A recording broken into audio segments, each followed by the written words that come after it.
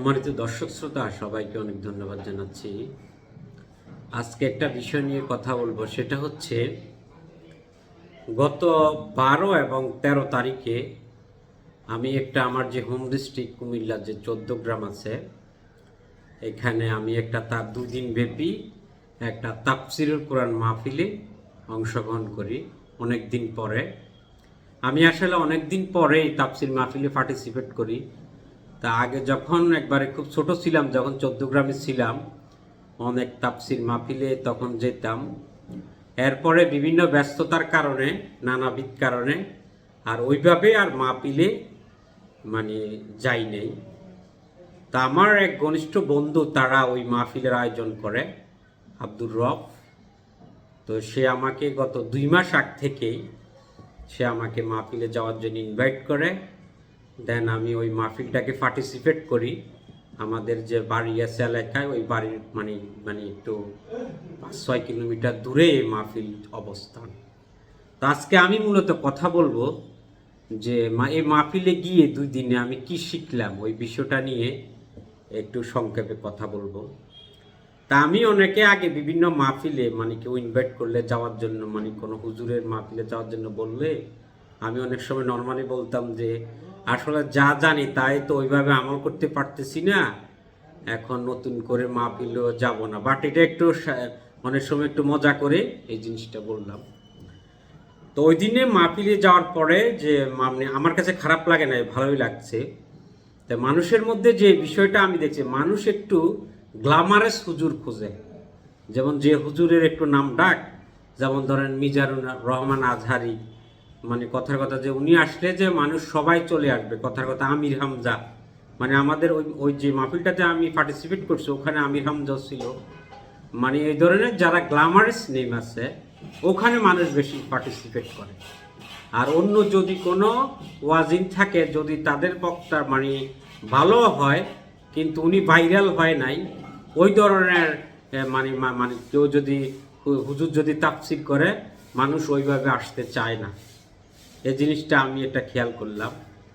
আর আরেকটা বিষয় হচ্ছে যে আর অনেকে এই বিষয়গুলোকে যারা আছে মুসলিমদের মধ্যেও অনেকে আছে এটাকে একটু নেগেটিভভাবে দেখে। তাই মনে করি ওটা তো খারাপ না। যদি কোনো মানুষ যদি ওইভাবে যদি ইসলাম প্রচার করে, মাহফিল করে, এখন তারা তো এখানে ভালো কথাই শুনতেছে। যে কোনো ধর্মেই মানুষকে নৈতিকতা শিখায়। এখন তারা তো আর এখানে কোনো অনৈতিক কোনো কিছু বেদাত সৃষ্টি হয় বা ইসলামিক শরীয়তের পরিভাষায় এমন কিছু তো আর করছে না। আর আরেকটা অনেকে যেটা অভিযোগ করে, অনেক হুজুররা বেশি টাকা নিয়ে যায়, ওটা নিয়ে অনেক ক্রিটিসিজম আছে। ওই ক্রিটিসিজমে আমি যেতে চাচ্ছি না। তবে একজন লোক যখন আসে, তার তো তার এখানে সময় নষ্ট হয়, ওখানে তো তার একটা সময় নষ্ট হয়। সে অনেক যানবাহন নিয়ে আসে, একটা লেকচার দেয়, সেখানে তো তাকে একটা পারিশ্রমিক দেওয়া লাগে। আর এই বিষয়টা নিয়ে আমি আর ডিপলি কথা বলতে চাচ্ছি না। আর হচ্ছে যে এটা একটা বিউটিফিকেশন, আমরা অনেক দিন আগ থেকে এই রেওয়াজটা চলে আসতেছে, ওটাকে আমি খারাপ দেখি না। আর একটা হচ্ছে যে আমি কি শিখলাম, আর এটা হচ্ছে যে আমি লাস্টের দিন যে আমির হামজার যে ওয়াজ ছিল, ওখানে যে আমির হামজা যে লোকটা, তা সে অনেক সময় সে অনেক দেশের যে বর্তমান যে প্রেক্ষাপট, রাজনৈতিক প্রেক্ষাপট, ওইটা নিয়ে উনি কথা বলে। তা আমিও মনে করি যে we are not isolated from politics, we are not isolated from society. আপনি আলোচনা করতে গেলে ওইটা আসেই, এটা মানুষের ব্যক্তিগত বিষয়, কে কোন ইস্যুতে আলোচনা করবে। তা আমির হামজাও কিন্তু গত যে রিজিম ছিল, তাদের দ্বারা সে অনেক নির্যাতন হয়েছে। এজন্য তার মধ্যে একটা ক্ষোভ কাজ করে, সে অনেক প্রেক্ষিতে আলোচনা করছে। তা আমি যে বিষয়টা কোট করব যে আমি কি শিখলাম, এটা হচ্ছে যে আমি যতটুকু মনে করছিলাম যে ওয়াজে অনেক সময় আমি ধৈর্য হারা হয়ে যাই কিনা, কিন্তু আমার ভালোই লাগছে। উনি একটা কথা বলছিলেন যে দুনিয়া হচ্ছে একটা ধোঁকাবাজি ওয়াজের মধ্যে। আপনি যদি এখন চোখ বন্ধ করেন, দেখবেন যে দুনিয়া অন্ধকার, আর কিছুই না। এখন আপনি দেখবেন যে এখন আপনি মারা যান না, আপনি যখন মারা যাবেন তখন আপনার ওয়াইফকে যদি বলেন যে খাটের নিচে আপনাকে কবর দিবে কিনা, সে রাজি হয় কিনা, দেখবেন সে রাজি হবে না। এটাই হচ্ছে বাস্তবতা।